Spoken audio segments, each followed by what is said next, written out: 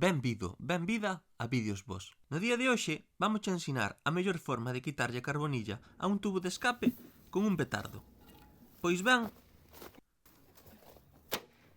así non é, hai que meter o petardo dentro do tubo de escape. Se ten un codo moi pronunciado, é recomendable utilizar un alambre. Recordade que canto máis apretedes o petardo co alambre, máis forte vai a estoupar. Isto pode parecer un método moi á cachamartela, pero en realidade a onda expansiva do petardo consegue soltar toda a carbonilla das paredes do tubo de escape e logo unha vez se encende o coche e se lle dá gas, sae facilmente todo o fume.